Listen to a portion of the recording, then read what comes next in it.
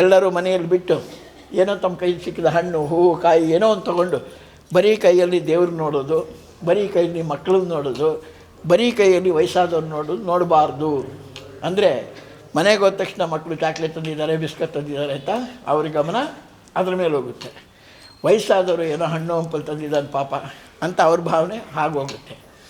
ದೇವರು ಏನು ತಂದಿದ್ದಾನೆ, ಭಕ್ತಿ ಅನ್ನೋದು ಯಾರಿಗೂ ತೋರ್ಸೋಕ್ಕಾಗದಿರೋ ವಿಷಯ. ಆ ಹೂವನ್ನು ಕೈಲಿಟ್ಕೊಂಡು ಸ್ವಾಮಿಗೆ ಅರ್ಪಣೆ ಮಾಡಿದಾಗ ನನ್ನ ಭಕ್ತ ಹೂವು ತಂದಿದ್ದಾನೆ, ಹೂವು ತಂದವನ ಮನೆಗೆ ಹುಲ್ಲು ಉರುವನೆಯ ಪುರಂದರದಾಸರು ಹಾಡಿದ್ದಾರೆ ಈ ರೀತಿ. ಹೂವು ತೊಗೊಂಡು ಹಾಕಿದವನಿಗೆ ಅವ್ರ ಮನೆ ಹುಲ್ಲೊತ್ತಂತೆ ಪರಮಾತ್ಮ. ಆ ರೀತಿಯಾಗಿ ದೇವಸ್ಥಾನಕ್ಕೆ ಹಣ್ಣು ಹಂಪಲು ಹೂವು ಎಲ್ಲ ತೊಗೊಂಬಂದು ಸ್ವಾಮಿಗೆ ಅರ್ಪಣೆ ಮಾಡಿದ್ರೆ ನಾವು ಎಷ್ಟು ಕೊಟ್ಟಿರ್ತೀವೋ ಅದಕ್ಕೆ ಹತ್ತರಷ್ಟು ಭಗವಂತ ನಮಗೆ ಕೊಡ್ತಾರೆ. ಅದೇ ಒಂದು ವಿಷಯ, ಈ ಮಧ್ಯದಲ್ಲಿರೋ ವಿಷಯ ಇಷ್ಟೇ ಇದು.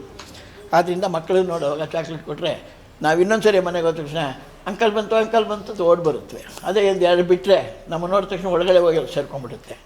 ವಯಸ್ಸಾದವ್ರಿಗೆ ಎರಡು ಹಣ್ಣು ಕೊಟ್ಟಾಗ ನಾವು ಆ ವಯಸ್ಸಿಗೆ ಬಂದಾಗ ನಮ್ಗೆ ಯಾರೋ ಇಬ್ಬರು ತಂದು ಕೊಡ್ತಾರಪ್ಪ ಹಣ್ಣು ಅನ್ನೋ ಭಾವನೆಯಿಂದ ವಯಸ್ಸಾದವ್ರಿಗೆ ಹಣ್ಣು ಕೊಡ್ತೀವಿ. ದೇವ್ರು ಕೇಳೋದು ಒಂದು ಭಕ್ತಿ, ಎರಡನೇದು ನಿನ್ನ ಶಕ್ತಿ.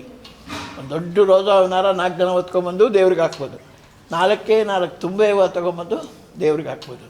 ಆ 4 ಜನ ಹೊತ್ಕೊಂಬಂದಂಥ ಹಾರ ಎಲ್ಲರೂ ನೋಡಿ ಎಂಥ ಹಾರ ತಂದಪ್ಪ ಪುಣ್ಯಾತ್ಮ ಅಂತ ಜನ ಹೊಗಳಿರ್ತಾರೆ. ತುಂಬೆ ಹೂವು ಯಾರಿಗೂ ಗೊತ್ತಾಗಲ್ಲ.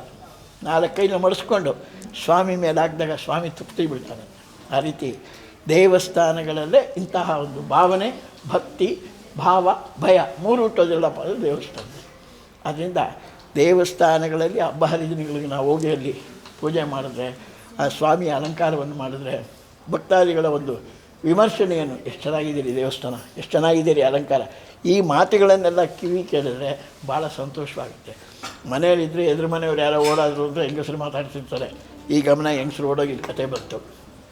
ಇನ್ನೊಂದು ಸಾಲಗಾರ ಬಂದು ಬಾಗಿಲಲ್ಲಿ ನಿಂತಿದ್ದಾರೆ, ಅರ್ಧ ಗಂಟೆ ಕರೀರಿ ಅವ್ರನ್ನ ಬೇಗ ಅನ್ನೋದು, ಆ ಗಮನ ಹೋಯಿತು.